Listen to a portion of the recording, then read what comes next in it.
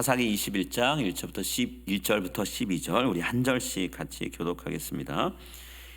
이스라엘 사람들이 미스바에서 맹세하여 이르기를 우리 중에 누구든지 딸을 베냐민 사람에게 아내로 주지 아니하리라 하였더라. 백성이 베델에 이르러 거기서 저녁까지 하나님 앞에 앉아서 큰 소리로 울며 이르되 이스라엘의 하나님 여호와여, 어찌하여 이스라엘에 이런 일이 생겨서 오늘 이스라엘 중에 한 지파가 없어지게 하시나이까 하더니 이튿날에 백성이 일찍 일어나 거기에 한 제단을 쌓고 번제와 화목제를 드렸더라. 이스라엘 자손이 이르되 이스라엘 온 지파 중에 총회와 함께하여 여호와 앞에 올라오지 아니한 자가 누구냐 하니 이는 그들이 크게 맹세하기를 미스바에 와서 여호와 앞에 이르지 아니하는 자는 반드시 죽일 것이라 하였습니다. 이스라엘 자손이 그들의 형제 베냐민을 위하여 뉘우쳐 이르되 오늘 이스라엘 중에 한 지파가 끊어졌도다. 그 남은 자들에게 우리가 어떻게 하면 아내를 얻게 하리요? 우리가 전에 여호와로 맹세하여 우리의 딸을 그들의 아내로 주지 아니하리라 하였도다. 또 이르되 이스라엘 지파 중 미스바에 올라와서 여호와께 이르지 아니한 자가 누구냐 하고 본즉 야베스 길르앗에서는 한 사람도 진영에 이르러 총회에 참여하지 아니하였으니 백성을 계수할 때 야베스 길르앗 주민이 하나도 거기 없음을 보았습니다. 회중이 큰 용사 12,000명을 그리로 보내며 그들에게 명령하여 이르되 가서 야베스 길르앗 주민과 부녀와 어린아이를 칼날로 치라. 너희가 행할 일은 모든 남자 및 남자와 잔 여자를 진멸하여 바칠 것이니라 하였더라. 그들이 야베스 길르앗 주민 중에서 젊은 처녀 400명을 얻었으니 이는 아직 남자와 동침한 일이 없어 남자를 알지 못하는 자라. 그들을 실로 진영으로 데려오니 이곳은 가나안 땅이더라. 아멘.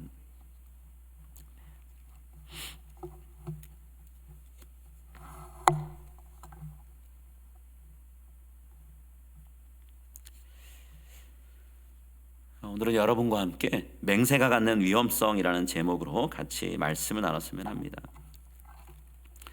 우리는 우리 자신이 무언가를 반드시 해야 되겠다라고 맹세할 때 약속하고 맹세까지 할 때가 있죠. 그렇게 맹세를 우리가 했다고 하면 가장 기본적인 자세는 반드시 지킨다라는 것이 돼야 됩니다.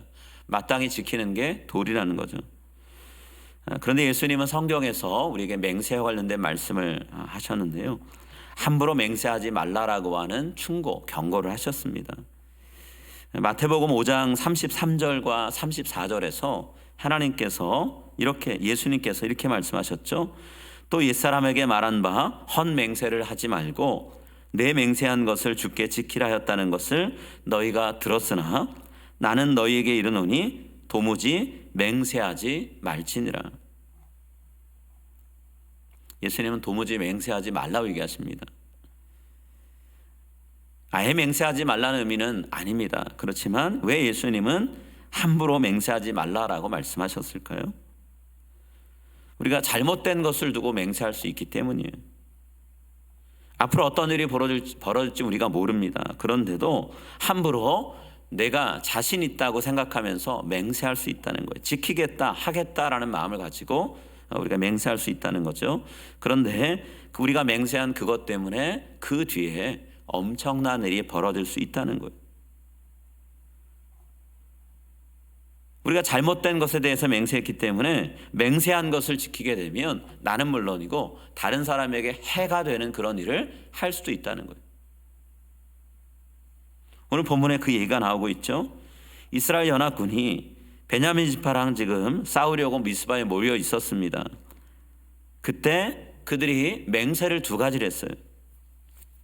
첫 번째 맹세는 뭐였냐면 자기 자신들 중에서 어느 누구도 앞으로 베냐민 지파와 싸우고 난 다음에 베냐민 지파에게 자신들의 딸을 아내로 주면 안 된다라는 거예요. 절대로 그들과 혼인으로 맺어지는 관계가 되면 안 된다라고 얘기했습니다. 1절 말씀에 있죠. 이스라엘 사람들이 미스바에서 맹세하여 이르기를 우리 중에 누구든지 딸을 베냐민 사람에게 아내로 주지 아니하리라 하였더라. 자, 이런 맹세를 하게 된 이유가 있죠. 사건의 발단이 있습니다. 한 레위인의 첩을 기브아 사람들이 집단으로 강간을 했습니다.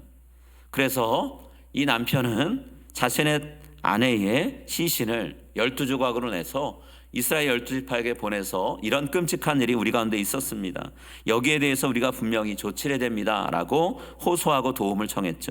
그래서 이스라엘 12지파가 연합군을 결성해서 기브아 사람들을 벌하려고 왔습니다. 처음부터 베냐민 지파 전체와 싸우려고 했던 거 아니죠. 베냐민 지파에게 사람들을 보내서 기브아 사람들만 넘기라 라고 얘기했습니다.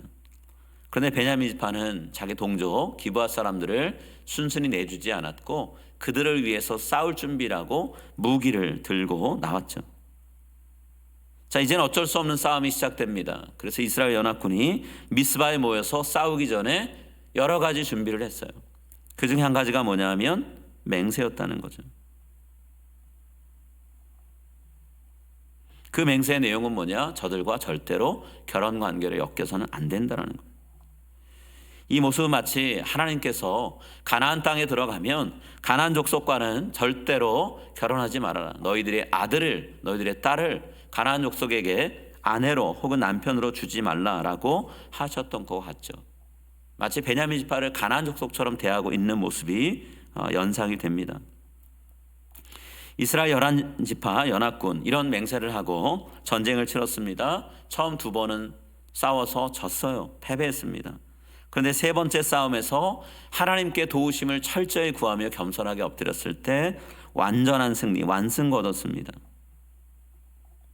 근데 여기서 하면 안 되는 일 했죠. 승리에 도취돼서 베냐민 지파의 군인들 중에 도망가는 사람들을 쫓아가서 죽이다 보니까 600명 정도 남겨놓고 다 죽이게 됐어요. 전쟁에서 참여하지 않았던 여자들, 노인들, 아이들 모두 죽였습니다. 해서는 안 되는 일이었죠. 광야로 도망친 베냐민 지파 남자 600명이 죽고 나면 베냐민 지파는 이제 더 이상 후손이 없는 역사 속에 사라지는 위기에 처하게 된 거예요. 자, 그런데 이 사람들은 결혼하고 아이를 낳을 수 있는 배우자가 없습니다. 베냐민 지파 여인들은 모두 이스라엘 연합군 손에 죽었어요.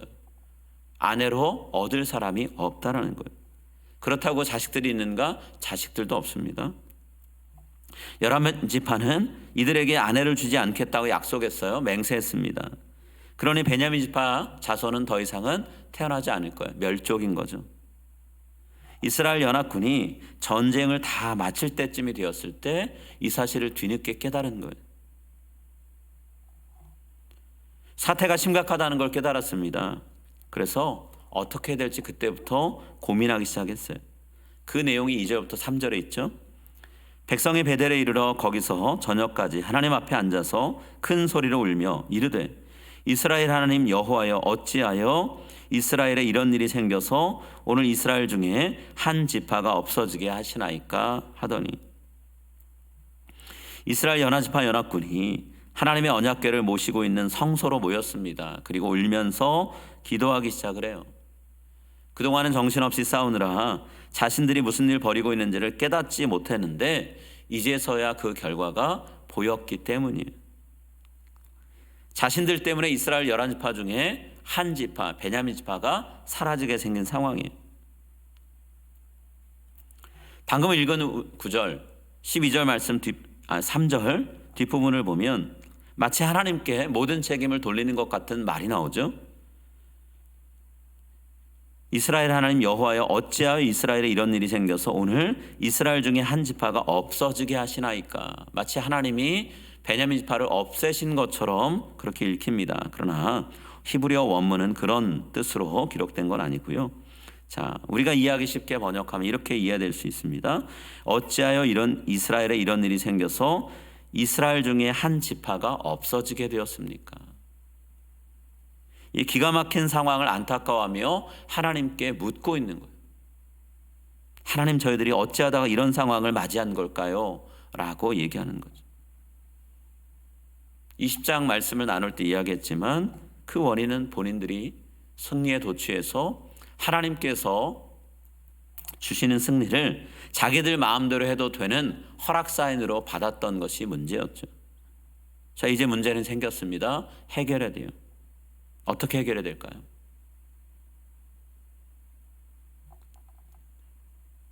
자신들이 잘못 맹세한 것을 철회하면, 그리고 자신들의 딸들을 베냐민 지파의 아내로 맞이할 수 있도록 허락하면 깨끗이 끝나는 문제입니다.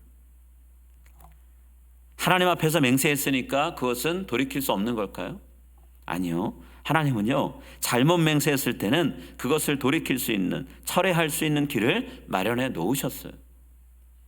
잘못된 맹세까지 지키라고 하는 그런 하나님 아닙니다. 폭군이 아니에요. 인격적인 분입니다.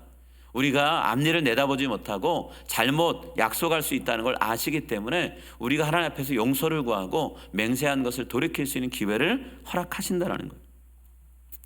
레위기 5장 4절부터 6절에 이 맹세와 관련된 하나님의 말씀이 나옵니다. 레위기 5장 4절부터 6절 제가 읽겠습니다. 만일 누구든지 입술로 맹세하여 악한 일이든지 선한 일이든지 하리라고 함부로 말하면 그 사람이 함부로 말하여 맹세한 것이 무엇이든지 그가 깨닫지 못하다가 그것을 깨닫게 되었을 때에는 그 중 하나에 그에게 허물이 있을 것이니 이 중 하나에 허물이 있을 때에는 아무 일에 잘못하였노라 자복하고 그 잘못으로 말미암아 여호와께 속죄제를 드리되 양떼의 암컷 어린 양이나 염소를 끌어다가 속죄제를 드릴 것이요 제사장은 그의 허물을 위하여 속죄할지니라. 하나님 앞에 잘못 맹세했습니다. 스스로 엎드려 고백하면, 그리고 그 죄를 인정하고 속죄제를 드리면 용서하신다고 레위기 5장 4절부터 6절에 말씀하셨어요. 그런데 이스라엘 연합군은 자신들의 자존심을 지키려고 했는지는 모르겠지만 이 맹세, 잘못된 맹세를 처리하지 않았어요. 그리고 자신들이 했던 맹세를 지키려고 하면서 문제 해결하려고 하다가 또 다른 죄를 짓기 시작합니다.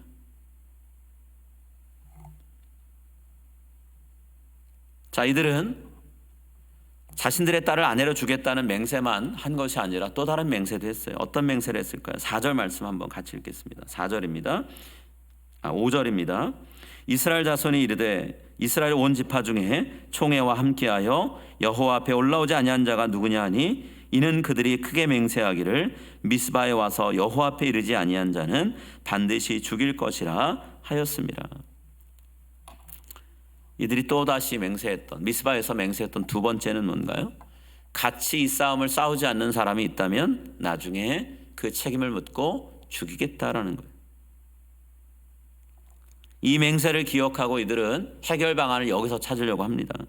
베냐민 지파 싸우려고 모였을 때 함께 앉지 않았던 사람이 누군가를 찾기 시작했어요. 확인합니다. 그랬더니 야베스 길르앗 사람들이 한 명도 그때 오지 않은 것을 알게 됐어요.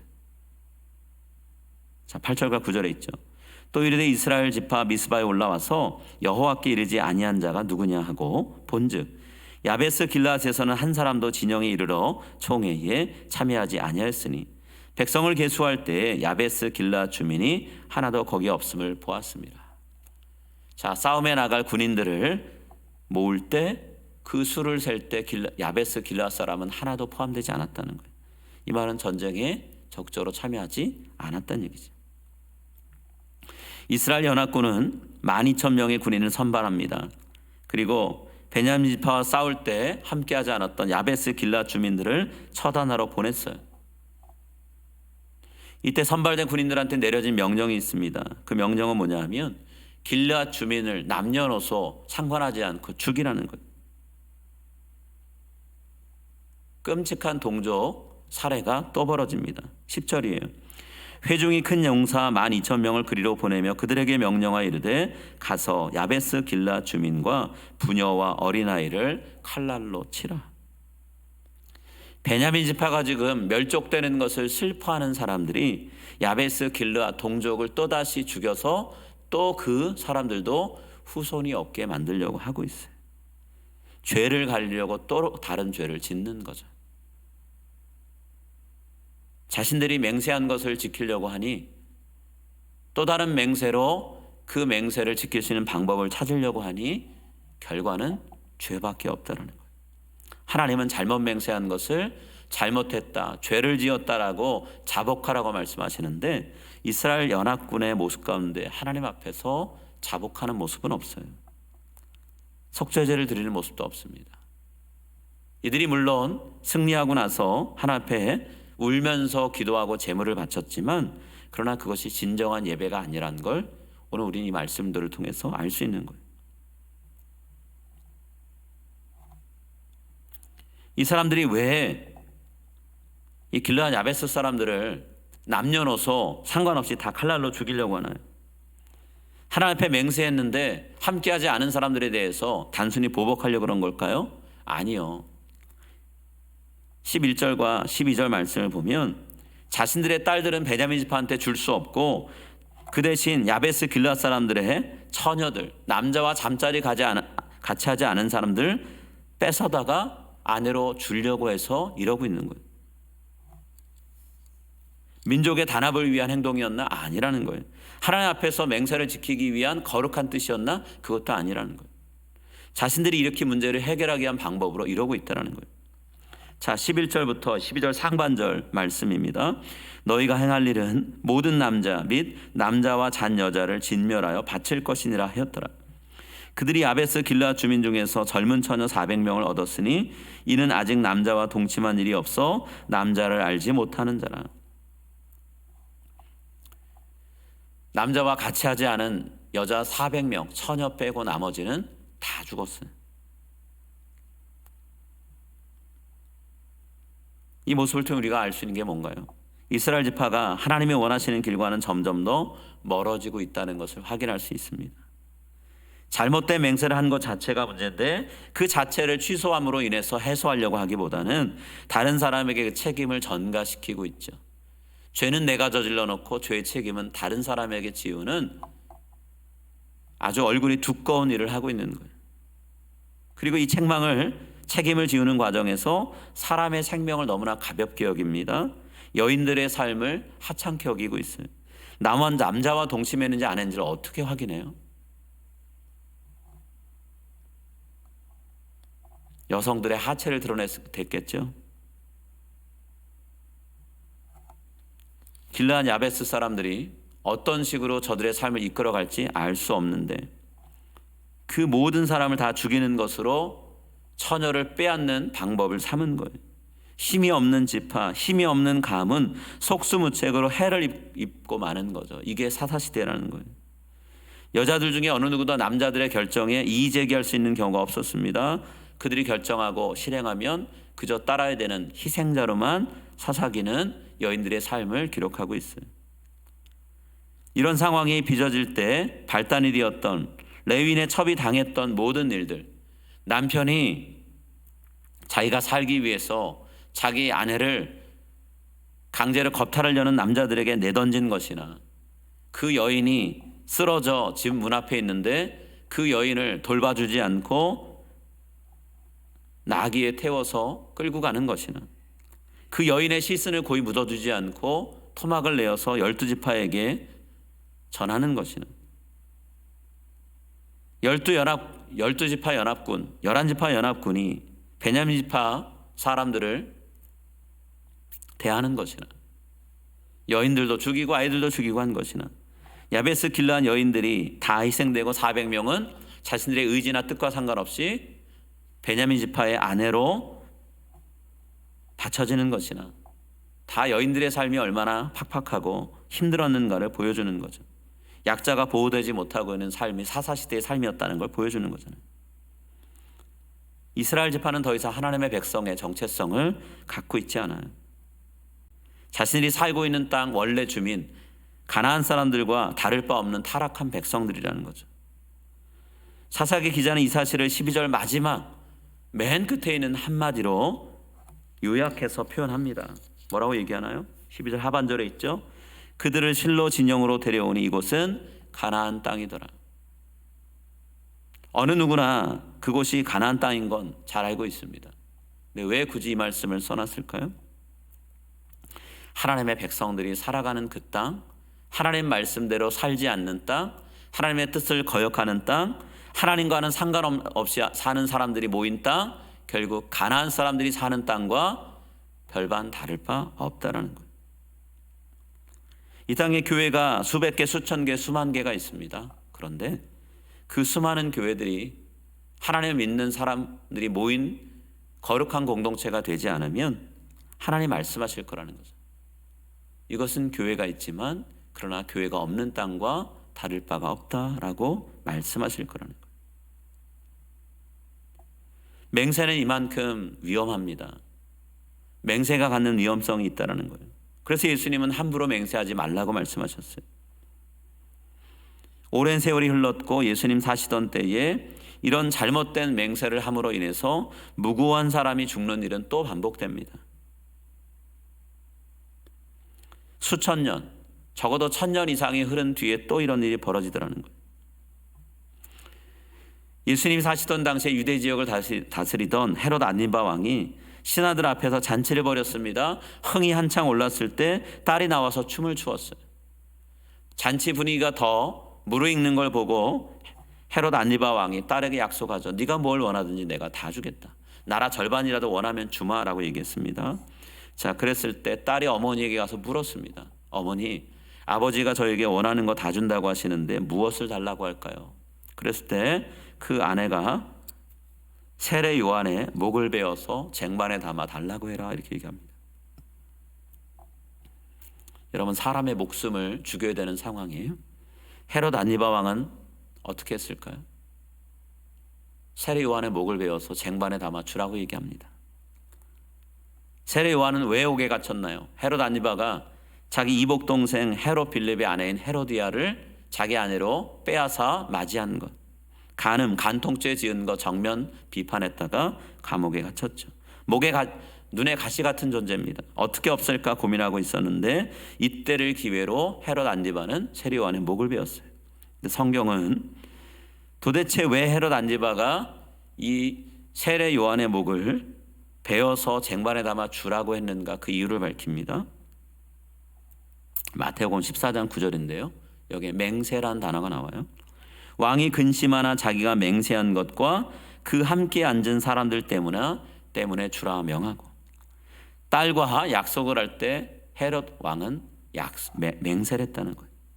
내가 원하는 게 무엇이든 내가 반드시 주겠다라고 하나님 앞에 맹세했고, 맹세한 것을 들은 사람이 너무나 많습니다. 신하들이 다 들었어요. 함께 잔치자리에 앉은 사람이 너무나 많습니다. 결국엔 그들이 들었기 때문에 자기의 위신, 체면을 지키기 위해서 잘못된 맹세를 철회하지 않고 지켰다는 거예요. 그 결과로 무고한 사람 세례 요한이 목베임을 당해 죽었습니다.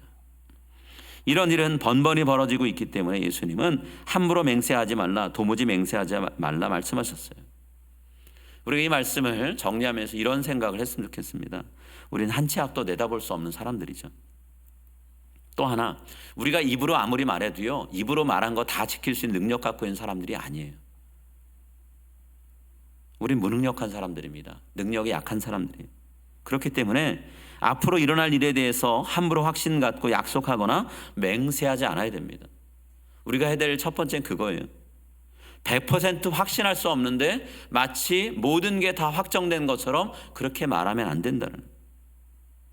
만약에 그러지 않으면 나중에 크게 후회할 일을 우리도 모르게 저지르게 될 거라는 거죠.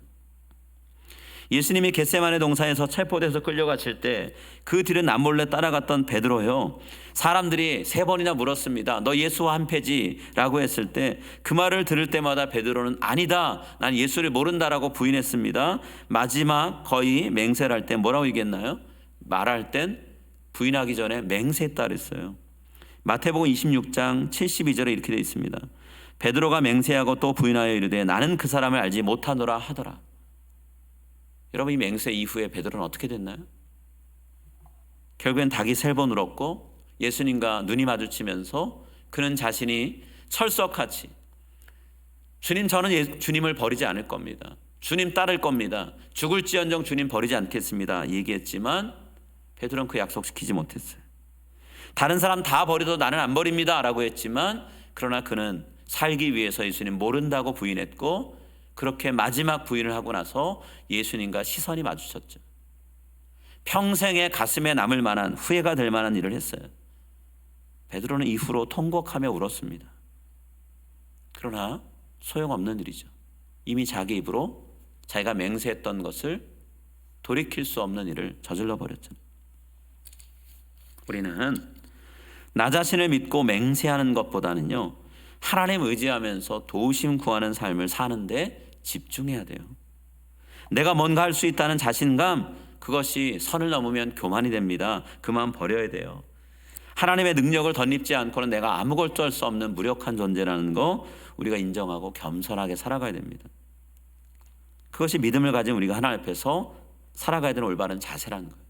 그리고 또 하나, 내 입으로 하는 약속 함부로 하지 않도록 우리가 입술을 조심해야 됩니다. 말을 조심해야 돼요. 함부로 맹세했다가 스스로 곤란한 상황에 빠뜨리지 않도록 성경에 나오는 수많은 예처럼 다른 사람을 위기 상황으로 몰아가지 않도록, 내가 책임지지 않고 다른 사람에게 책임지어서 다른 사람 힘들게 하지 않도록 우리가 스스로 조심하고 살아야 된다는 거예요. 우리가 흔히 하는 잘못, 거짓말 중에 이런 거 있죠. 기도하겠습니다. 나중에 기도할 수 없다면 우리가 그 약속을 지키기 위해서 누군가의 안타까운 사연, 누군가의 기도 제목을 들었을 때 곧바로 손잡고 기도하는 습관을 들였으면 합니다. 그리고 이후에 하나님 앞에 하나님 기억하게 하시고 함께 기도하게 하셔서 하나님, 저와 이야기를 나눈 형제님, 자매님, 성도님의 삶을 하나님 책임져 주시오 우리가 부탁하며 맡기며 나아갈 수 있기는 합니다. 여러분, 맹세는 위험한 겁니다. 함부로 하지 않았으면 좋겠고요. 했다면 철저하게 지키되 잘못된 맹세에 대해서는 솔직하게 잘못을 인정하고 겸손하게 그 책임을 질 수 있는 우리 모두가 다 될 수 있기를 시간 간절히 바라고 소망합니다. 우리 함께 기도하겠습니다.